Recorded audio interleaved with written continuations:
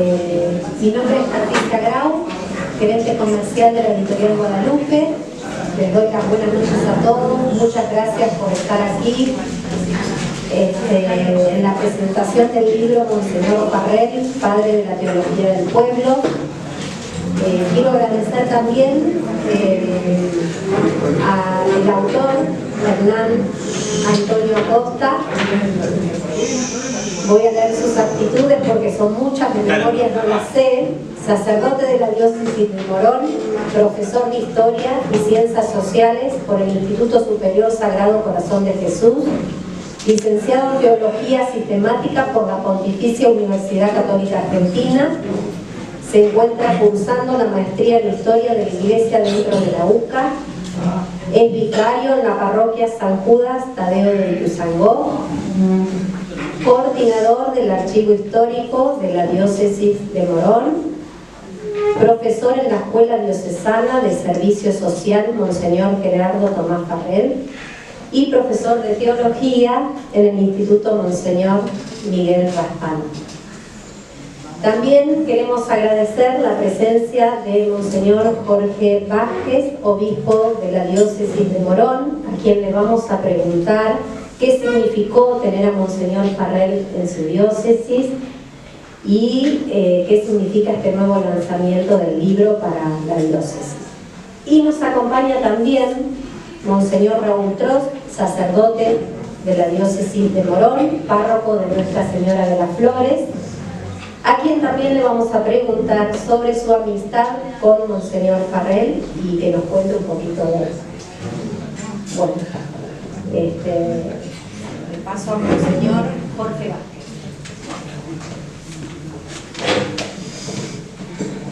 Bueno, muy buenas noches. Ante la pregunta, ¿no?, ¿qué significa estar en la diócesis de Monseñor Farrell? Para mí tiene muchas significaciones. La principal diría que Farrell hace a la identidad de esta iglesia de Morón. La iglesia de Morón se entiende a partir de figuras como la de Farrell. Fundamentalmente nos refiere a Raspanti, el primer obispo de esta diócesis. Y después también a otros sacerdotes que han, digamos, trabajado muchísimo, especialmente por la catequesis, ¿no? Porque Morón también es la diócesis de la catequesis, sobre todo la catequesis especial, donde, adelantándonos a los tiempos, esta iglesia sale al encuentro de los diferentes, cuando nadie los miraba, cuando no importaban, cuando no se sabía cómo llamarlos, ¿no? Decimos las personas especiales. Y ahí también aparecen figuras como la de Ismael Calcaño, que era muy amigo de Farrell, ¿no? Oh. Y tuyo también. También. A la de Gran Cadena. Bueno, sí. Pero además le digo, Raúl también es como un ícono nuestro. Yo les digo, yo me siento de Morón. Soy de Morón. Esta es mi iglesia. Y al ver, digamos, y al ver a tener gente como Farrell, a mí realmente me llena de orgullo y de emoción. Farrell fue profesor mío en la Facultad de Teología de Sociología Pastoral, ¿no? Lo recuerdo, es un recuerdo imborrable. Pero más hay otro recuerdo lejano, de cuando yo era seminarista en La Plata, ya por los años 69, 70, que él, como era exalumno del seminario de La Plata, vino con Calcaño a un encuentro. A un encuentro donde se discutieron, me acuerdo que, pero me acuerdo de la imagen. Bueno, esto, ¿no? Y de pronto acá con Hernán, que pasamos la pandemia juntos, pero sin pelearnos demasiado. Fueron muchos los diálogos que tuvimos, diálogos fructíferos. Y fruto de ese diálogo creo que también es hoy este momento. Y por eso, Hernán, yo te digo que lo leí el libro y te felicito, ¿no? Sobre todo por esto, porque mostrás cómo la teología no es cosa de los marcianos, es cosa de los marcianos cuando no aterriza en la realidad, cuando no la toca. La teología que no se encarna en una pastoral muere. Por eso, gracias y por muchas cosas más.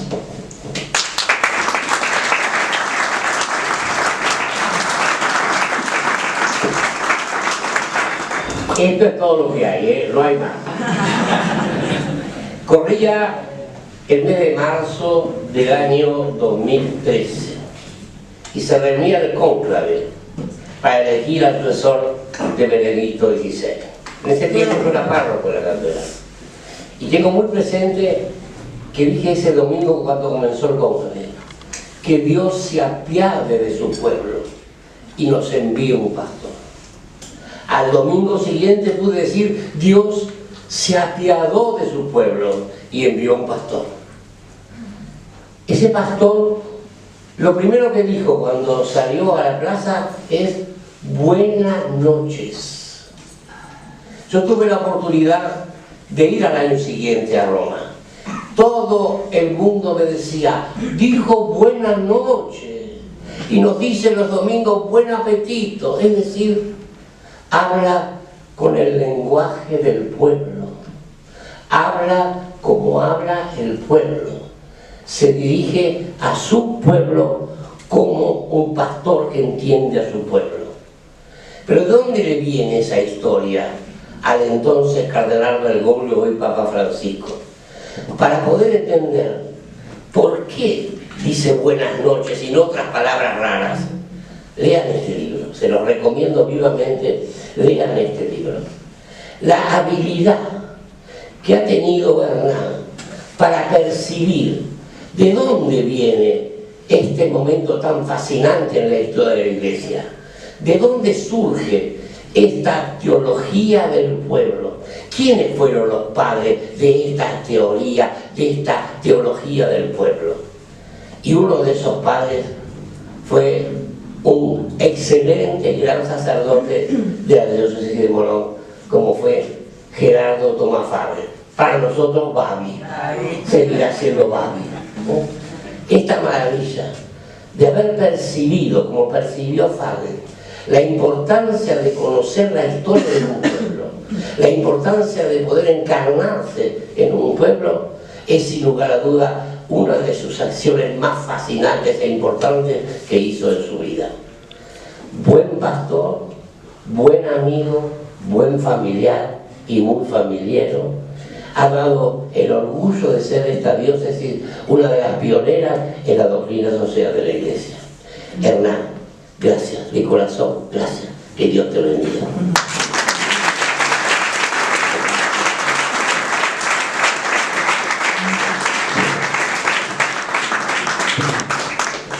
Me disculpa, pero voy a matar a un hombre, voy a casar.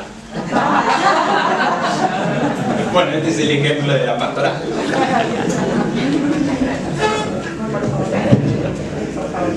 Bueno, en primer lugar, quiero agradecer por venir a esta presentación y, bueno, empezar confesando que siento un poco de pudor al hablar de Farrell ante personas que lo conocieron, que compartieron la vida con él. Bueno, hoy me avisaron un poco antes de venir que iban a venir dos hermanas, sus sobrinas, así que acá está Nancy y Susi, y Gabriela, Irene, Doris y Pini.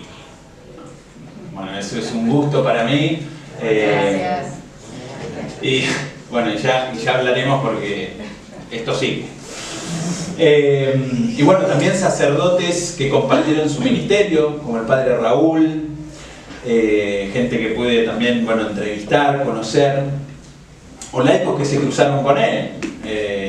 Carlos Javier está por acá, ahí está Carlos Javier, con el que hablamos tantas veces, también profesor de la escuela diocesana.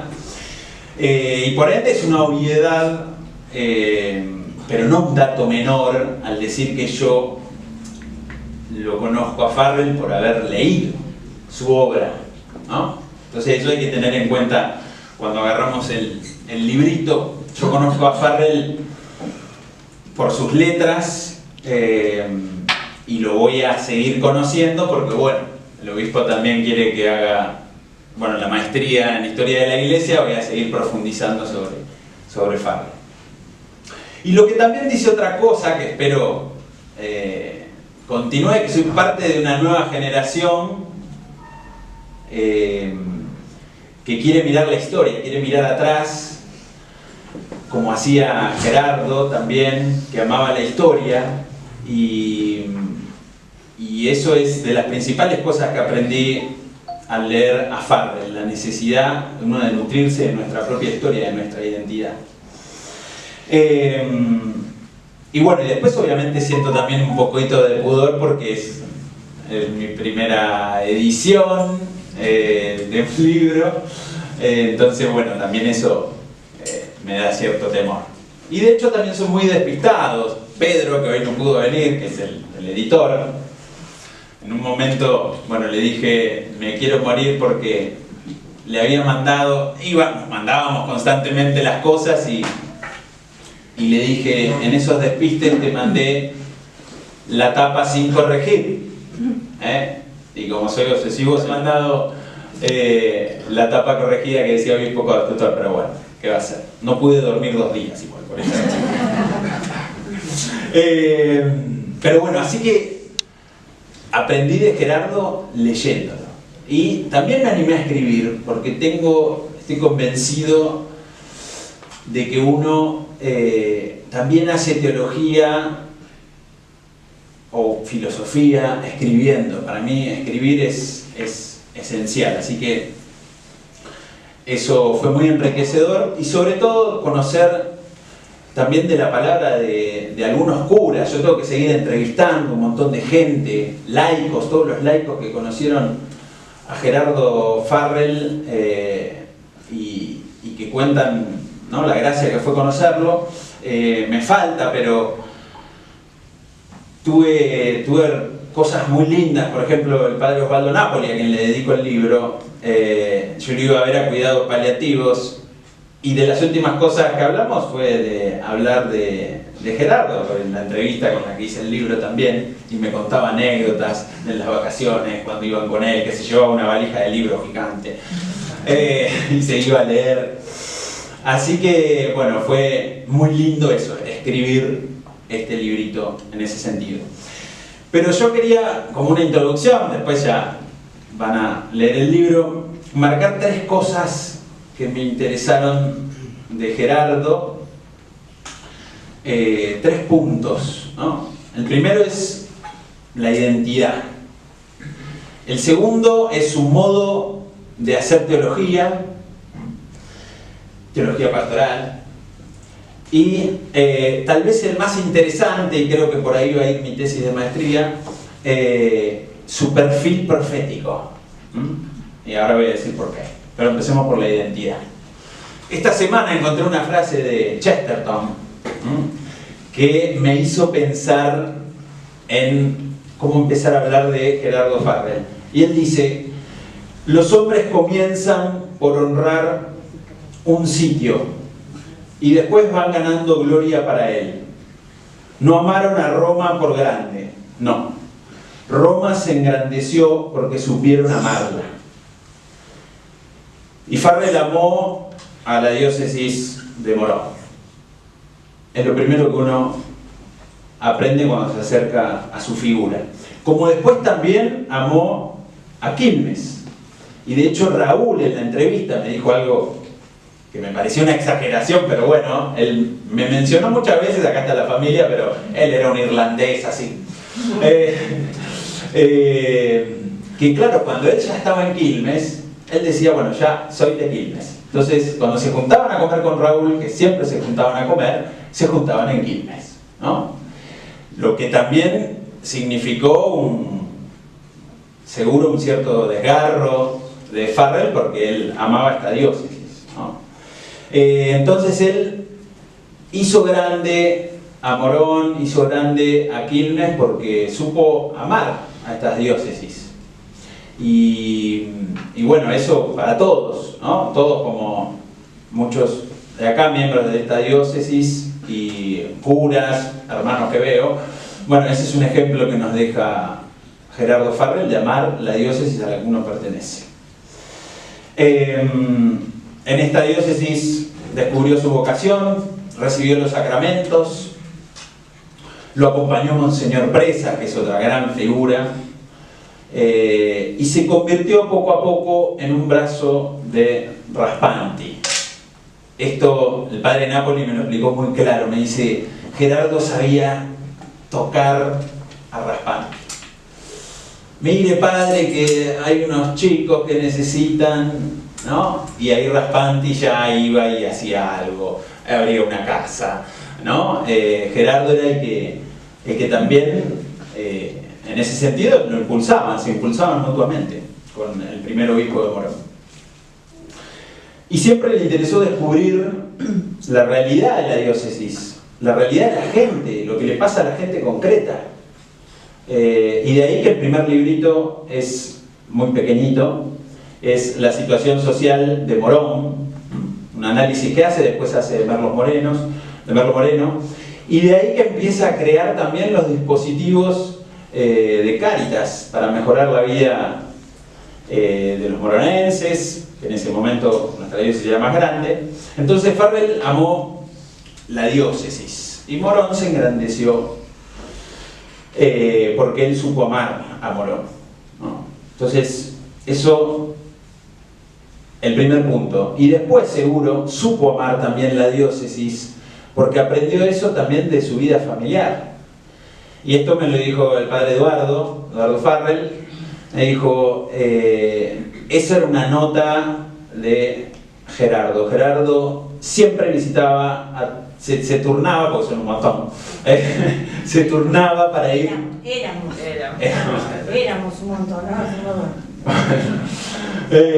iba visitando las familias, buscaba comer con ellos, y de hecho siempre tenían una misa también, ¿no? Por todos los difuntos de la familia. Entonces, esa nota del amor en la familia, ¿no? El amor a la familia. Bueno, pero el título del librito indica otra cosa también, que yo busqué revalorizar la figura de Farrell no solo en su aspecto humano, por su biografía brevemente, sino también por lo teológico, ¿no? Su aporte a la Iglesia y al pensamiento. Porque Farrell, como pensador y como figura de la Iglesia argentina, quedó un poquito oculto. Hoy lo hablé con otros profesores también de la UCA, pese a que era uno de los que estaba en la plataforma donde se inicia la teología, esta vertiente de la teología de la liberación, según el Canone, ¿no? Que es la teología del pueblo, que fue en la COEPAL, en la comisión en la comisión de pastoral. Eso, bueno, en el libro ahí lo explico, no me voy a ir por ahí, pero él era el secretario, así que estuvo en la cocina, ¿no? Y de hecho muy conocido de otros grandes teólogos, Lucio Ojera. Entonces me pareció revalorizar en ese sentido la figura de Gerardo.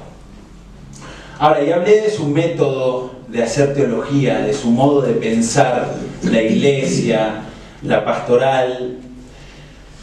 Cuando fallece Monseñor Farrell, Gera escribe un artículo y dice, bueno, Farrell era un pastoralista, ¿no? Su teología es teología pastoral, como dijo recién nuestro obispo. Y él, lo que yo noté es que en todas sus obras ve la situación del presente, bien de la doctrina social, ¿no? El ver primero, ¿no? Ve las problemáticas que hay en el país, en la evangelización en Latinoamérica. Pero de ahí, Farrell lo primero que hace es mirar para atrás, mirar para atrás, mirar la historia.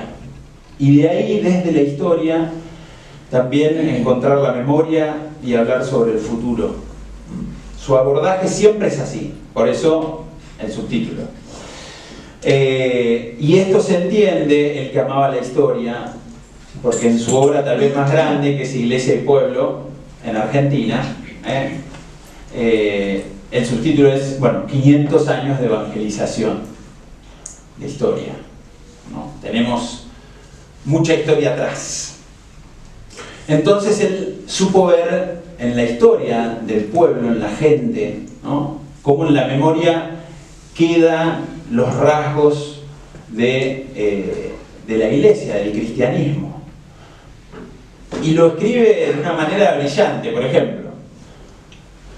Porque hoy decimos que hay iglesias vacías, pero no santuarios vacíos, podríamos pensar, ¿no? ¿Por qué no hay una festividad de la Virgen que tenga poca gente? En un artículo, Farrell esto lo respondería así, lo escribió él, ¿no? Los indígenas, y más aún los mestizos, tuvieron poca presencia del padre en el hogar. La madre, por otra parte, unía a los hijos, aun aquellos de diferentes razas. Como en Cristo, María aportó la carne y la sangre, en la evangelización americana, la devoción mariana aportó la inculturación. Hermoso la forma de ver la historia, el salto hacia atrás, hasta la historia del pueblo. Y de ahí, en la memoria, él resalta todo el tiempo por nuestra historia, por la evangelización, el pueblo tiene una memoria. O también en alguna parte él habla de conciencia espontánea, ¿no? El amor, por ejemplo, a la Virgen no sale de adentro, ya lo tenemos incorporados. Lo mismo con el bautismo. Esto es exactamente igual. Porque hoy la gente, decimos siempre que ya se casan poco, lo cual es cierto, pero sin embargo la gente sigue viniendo a bautizar a sus chicos. Sigue. Y eso es muy interesante, que Farrell dice: no pongamos tantas trabas, ¿no? Hagamos una catequesis diferenciada, pero incentivando a eso, en ese sentido, un poco lo que también estamos haciendo ahora con el tema de los bautismos, así, populares o masivos. Yo creo que eso le hubiese encantado. Y esta conciencia espontánea, popular que todos tenemos, esa memoria es una forma de sabiduría. La gente tiene una sabiduría. Y ahí también es interesante que Farrell, en todos sus escritos, remarca, sin pelos en la lengua, dice: ojo que la dirigencia del país, también a veces eclesiales, muchas veces no conocen la memoria del pueblo. O peor aún, la conocen y la ignoran, o la ridiculizan, ¿no? Además, el enemigo de la memoria, y por eso de la historia, está también afuera. El colonialismo cultural. La verdad, qué lindo escucharte, Hernán. Estamos como editorial muy agradecidos de que nos hayas elegido. Es un placer.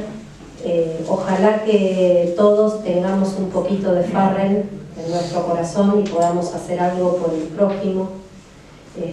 Muchas gracias por el amor que le pusiste al libro y a todas tus investigaciones.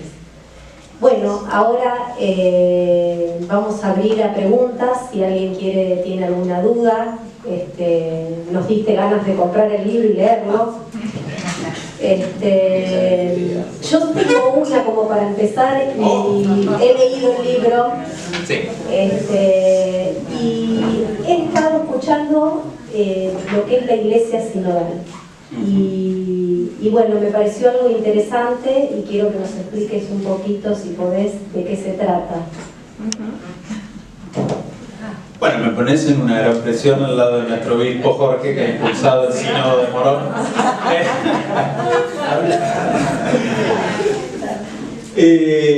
La sinodalidad, bien. Bueno, la sinodalidad es el modo de ser iglesia, ¿no? Es precisamente el modo que tiene de ser la iglesia, que es caminar juntos. Y en ese sentido, por ahí Farrell puede ayudarnos a ver esto precisamente desde su testimonio, ¿no? Bueno, él ahí habló sobre el tema de que no seamos clericalistas, ¿no? Y él siempre supo trabajar en ese sentido sinodalmente. De hecho, y esto alguna vez lo hablé también con Javier, pero él armaba sus equipos de laicos, un montón. Entonces,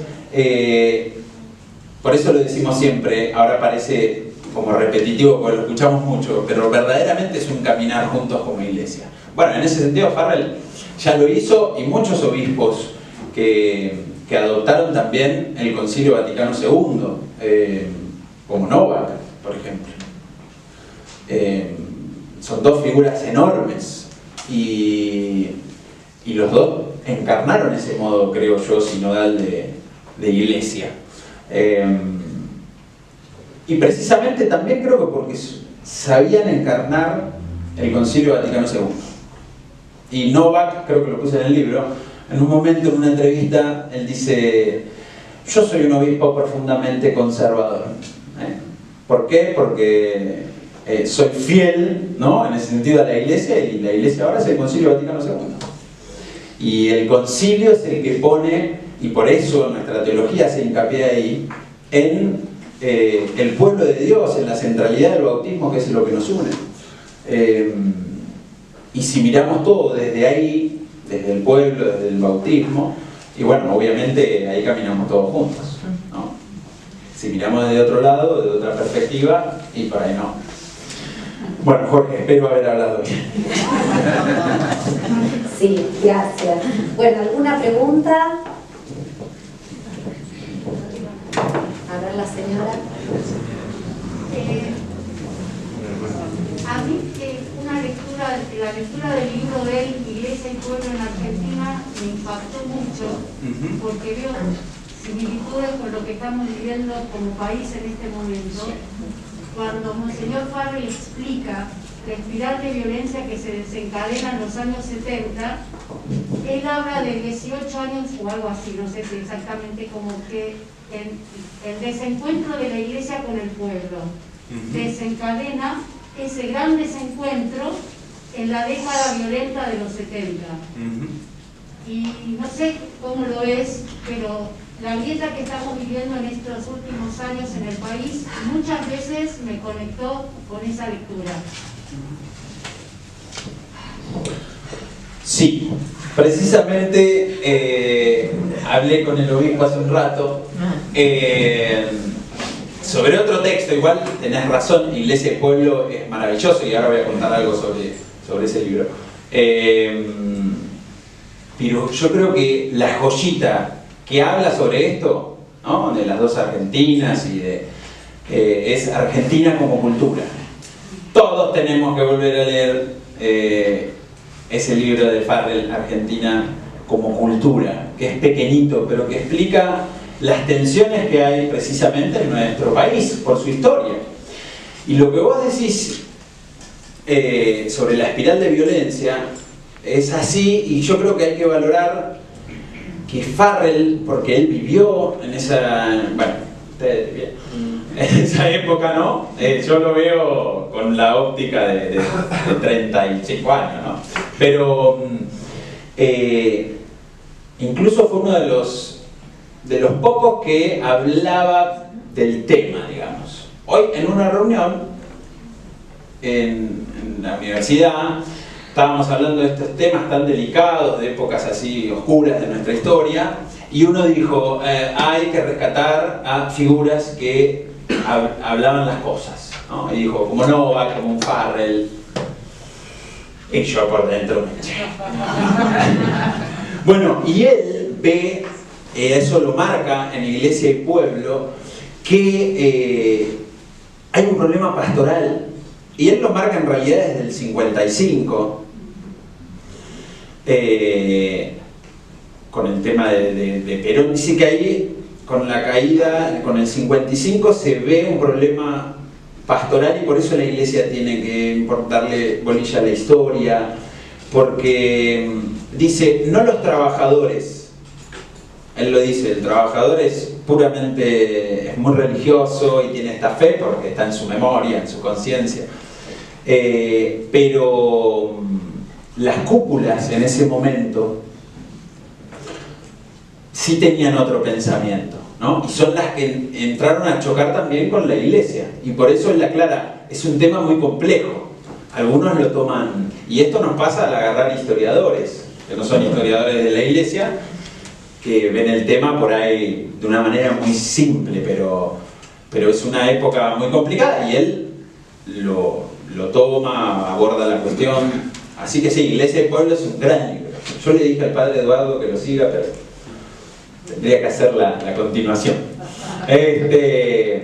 Pero sí, Iglesia y Pueblo es la obra más trabajada por Gerardo, y bueno, acá en el archivo me sorprendí porque encontré la carta de Cayetano Bruno, que es el gran historiador de la iglesia argentina, que Raspanti le envió el manuscrito a Cayetano Bruno para que lo vea, y bueno, lo valorizó un montón, ¿no?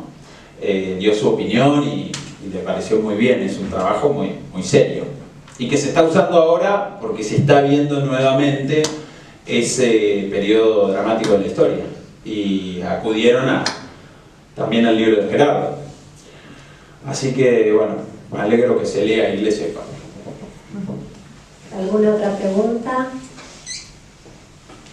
Sí, allá la señora. Por ahí digo una barbaridad, pero ¿es contemporáneo del padre Tello?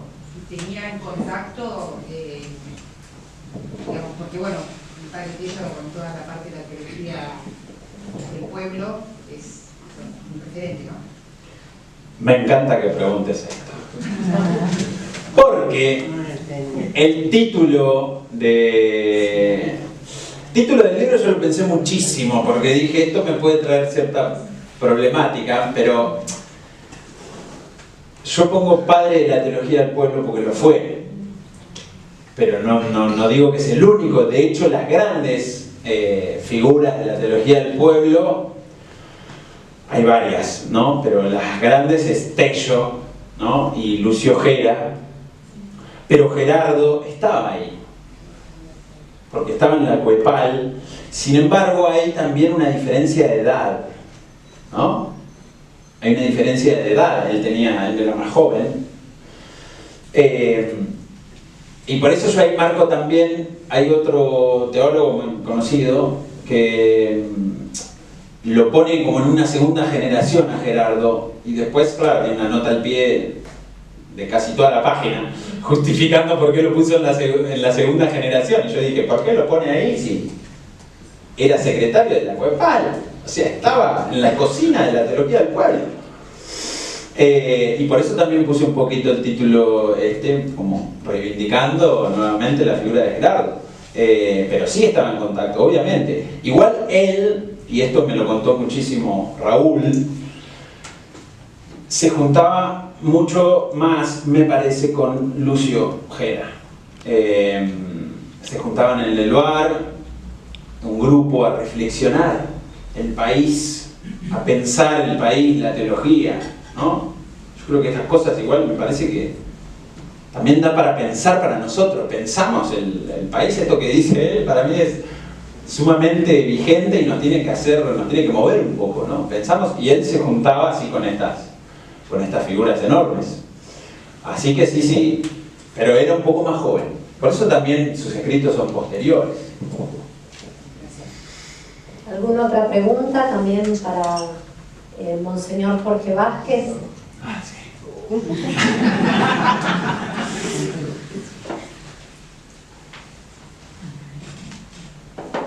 Bueno, sí, por allá. Una pregunta sin polémica. No, María. Respecto a la que piensan ustedes, Padre Obispo y Hernán, respecto a esta categoría de la matriz cultural católica de Latinoamérica, algunos la consideran una especie de entelequia, en el sentido de que todas las culturas han tenido lugares de peregrinación o la figura de Mitra y otras diosas en la antigüedad, como que responde más bien a una matriz del hombre que a una matriz de una cultura propia latinoamericana. Y por otro lado, si existe, si no es una entelequia y se forjó el modo de hacer que esa matriz se robustezca, no necesita instituciones fuertes como fue esa primera evangelización, de instituciones fuertes. No sé si se me entiende. Sí. Empiezo yo, así que lo de la matriz cultural católica es una realidad, pero que ahora es dinámica, o sea, en este sentido, ¿no? El documento de Puebla define a la cultura desde justamente lo que define una cultura es lo religioso. Lo toma de un inglés que se llama Christopher Dawson. Y eso lo podemos comprobar. Aparecida, cuando empieza a hablar de estos temas, cuando empieza a hablar de la transmisión de valores, ¿y qué dice? Que la transmisión de los valores hoy día está en crisis, y por lo tanto está en crisis también la transmisión de la fe, porque esa transmisión de la fe se da de por sí dentro del mismo proceso, sobre todo a través de las familias, ¿no? Todavía quedan las abuelas, que son las grandes transmisoras de la fe, ¿no? Todavía quedan. Pero bueno, a mí me parece que esto es un gran desafío. Por eso siempre esto, ¿no?, que nos dice Francisco, hay que cuidar la fe del pueblo, la esperanza del pueblo, hay que abrevar ahí, no sé. Sí, yo también creo que todas las culturas, como dice Puebla, el centro es lo religioso. Y esto, de hecho, Farrell lo dice. Por eso lo último en borrarse, y por eso hay que cuidarlo, es la religiosidad popular, la religiosidad de nuestro pueblo. Así que en ese sentido sí. Pero lo que sí tiene, precisamente por eso a él le interesaba la historia de Latinoamérica, Latinoamérica fue evangelizada por la Iglesia Católica, y en ese sentido su raíz religiosa es la católica. Hoy es una buena pregunta para hacernos, tal vez, ¿no? ¿Podemos seguir hablando de una Argentina católica? Pero yo creo, esto es opinión de Hernán, que podemos hablar de una Argentina en su mayoría cristiana, por ahí sí. Y la teología sigue tratando eso del pueblo latinoamericano como el pueblo sufriente, como Cristo sufriente. Pero en ese sentido va. Lo otro, Farrell era precisamente estaba a favor de las instituciones. La iglesia tiene que tener presencia. Cuando ocurre la inundación, yo ahora no me acuerdo el año, pero una inundación enorme. 67. Bueno, él le escribe, que eso lo cité, le escribe a los párrocos, ¿no? Porque era muy organizado. Le dice, si llega alguien de estos pueblos, porque estaban viniendo para refugiarse acá, atiéndanlos en la parroquia, si no, mándenlos a Cáritas, ¿no? Pero la iglesia tiene eso todavía hoy, si no lo vimos en la pandemia, esa capilaridad, digamos, que está presente todavía hoy. Entonces sí que hay una revalorización de lo institucional. Al menos Gerardo se ve eso. Extiendo. ¿Alguna otra pregunta? ¿Alguien que tiene alguna duda? ¿Puedo completar eso que dijo Mauricio? Monseñor Farrell, cuando vino a hablarle a las esclavas, cuando vino la general que era española y no conocía nada de Argentina, nos dijo que en los colegios teníamos que cuidar al profesor de lengua, o sea, si teníamos que priorizar dónde poner el acento, profesor de lengua, de historia, obviamente catequesis y educación física. Digo, como una imagen de institución, cómo, qué priorizar, ¿no?, en una institución para transmitir. Y eso también fue, estoy hablando más de 30 años atrás de esto que dije. Como lugares. Gracias. ¿Alguien más? Yo quisiera señalar, no sé si se oye. Sí, sí. Destacar bueno, ya uno. Dígame. No, yo quisiera destacar algo que dice, no leí el libro, lo voy a leer, pero veo que insinúa algunos aspectos concretos de la vida de Babi Farrell, que se mostró en la realidad, él en su vida, en los 30 años que trabajamos aquí en Morón con él, en la Escuela de Servicio Social y Cáritas, que por un lado valorizó la intervención de las instituciones de la Iglesia, pero le llamó la atención para que se prepararan técnicamente para hacerlo. En un artículo que salió en Criterio, que fue el programa que él utilizó creando una sección de investigación, luego una sección de formación de los que van a investigar y a trabajar, y después la Escuela de Diseño Cesana, todo planificado. Y en esto, por un lado, le llamó la atención a la Iglesia la falta de institucionalización tecnificada, en teoría, sobre la cuestión social. Pero por otro lado, le abrió las puertas a que no fuera el monopolio de la que leyera la doctrina social que tenía la Iglesia, sino que tenía que utilizar un criterio de subsidiariedad. Eso nos lo recalcaba siempre, de dar lugar a que los laicos y las instituciones que no eran religiosas pudieran intervenir y sin apropiarse como que solamente la Iglesia podía estar en tal o cual tarea.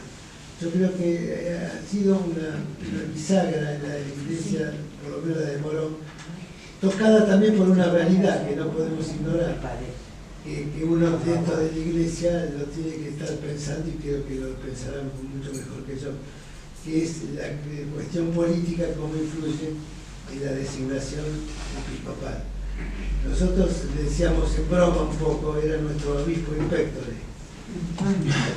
Era en broma, una broma trágica, una broma triste, porque para todos por afuera era la diócesis de Farrell, como dijo nuestro obispo actual, y por otro lado era mejor no nombrarlo porque hasta lo confundían con un sacerdote o Farrell, para ellos era lo mismo, entonces tenía que ser puesto en el congelador.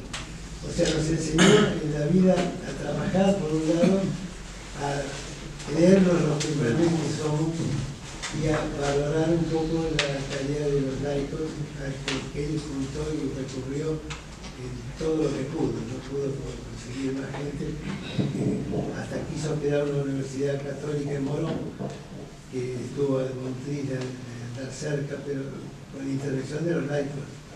Eso era solo lo que quería destacar, porque me imagino que en el libro está mucho mejor, pero llevarnos de ideas hasta preocupadas un poco la Santa Iglesia en la que todos queremos estar. Muy bueno esto, sí, por eso dije que él se rodeaba, ¿no?, de laicos y bueno, no se vaya sin darme sus datos, así lo entrevisto, por favor. Porque me va a hacer... pero sí, gracias. Bueno, ya estaríamos. Quiero agradecer a todos por estar aquí en esta presentación. Muchísimas gracias, Monseñor, muchísimas gracias, Hernán. No, por favor, un placer haber estado aquí. Así que bueno, sí, por allá atrás. Bueno, a ver, la última pregunta. Vamos a acercarnos. ¿Cómo llegó a vos la figura de Farrell y por ahí qué expectativas tenés o qué esperanzas tenés al reivindicar la figura, digamos, ¿no? De Farrell para la iglesia, más para la iglesia de Morón, digamos? El próximo Farrell. No, por favor. Bueno, muy buena pregunta porque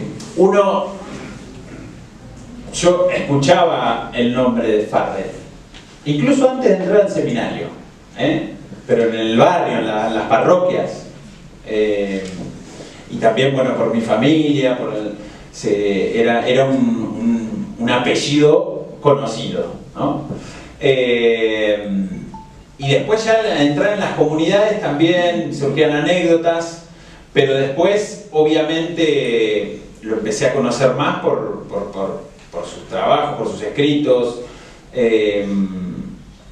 y bueno, esto que dijo el obispo en ese año de pandemia, eso también es cierto. O sea, acá con el padre yo precisamente conversamos de dos figuras, que era Farrell y Emmanuel Monier.